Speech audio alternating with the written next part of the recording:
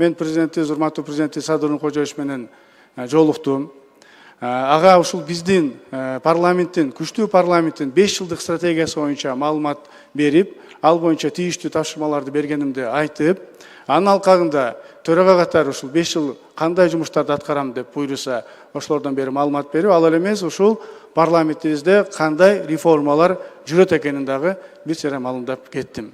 Өзгөчө ушул санариптештирүү, цифровизация боюнча жакшы бир маселелерди көрсөтүп, анан ал жерде президентибиз ошол жерде 4 жылда администрация президентада, ошол эле кабинет министрлигинде кандай чоң реформалар жүргөнүн маалымдап көрсөттү.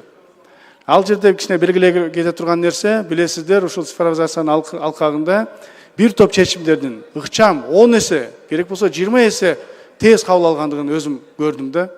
Ал эле эмес, ошол жумуштун эффектүүлүгүнүн дагы бул бийиктигине, эффектүүлүгүн чоңойтконуна дагы мындай өз көзүм менен көрүп келдим.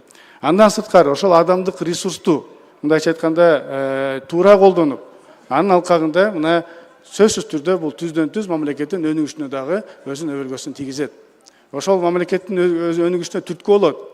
Ошол сыяктуу нерселерди мына өзүбүз көрүп келдик. Ал эле эмес, убакыт, эң байлык бизде бул убакыт, анан убакыт менен биргеликте ошол жерде каржылоо, мындайча айтканда каржы маселесин дагы көптөгөн үнөмдөлгөн суммадагы чыгып атканын дагы көрүп келдим. Мына 2024 жылга эгерде карай турган болсок, статистика боюнча ушул цифровизациянын алкагында 1 миллиард 205 миллион сом үнөмдөлүптүр. Бул деген канчалык жүздөгөн ошол соц объектилер, канчалаган пособие, пенсияларды көтөргөнгө мүмкүнчүлүктөр түзүлөт деген ушундай чоң жакшы жагдайларды көрүп, ал эле эмес аны ушул бизге өзүбүзгө жогорку кеңешке дагы кандай өнүктүрөбүз деген маселелерди козгоп келдик. Ал боюнча, урматтуу депутаттар, эми сиздерге кыска бир 2 мүнөттө айтып кетсем, кандай ушул бизде реформалар жүрө турганын, ошол санариптештин алкагында. Билесиздер, мына бизге ошол санариптештин алкагында азыр комитеттерде деле тонналап пачкалап азыр кагаздар менен сиздерге материалдар келет. Бул эми мейли, бул материал жагын эле айта турган болсок, ал эми ошол келген биздин мыйзамдардын алкагында сиздерге документтер берилеби жума күнү? Аларды суббота, воскресенье карай аласыздарбы, караган жоксуздарбы?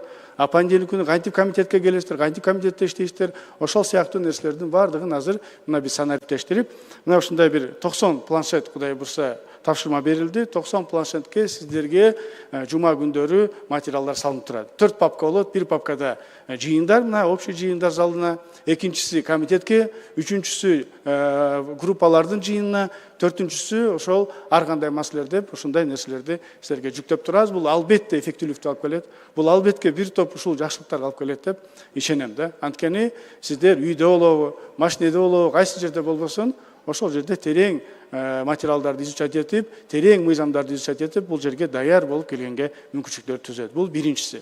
Экинчиси, урматтуу депутаттар, мына азыр комитеттерде өзүңүздөр да көрүп атасыздар, өтүрүп атасыздар, кандай гана жыйындар өтпөйт, бирок эң негизги докладчиктерден сырткары дагы толгон токой чиновниктер келет да.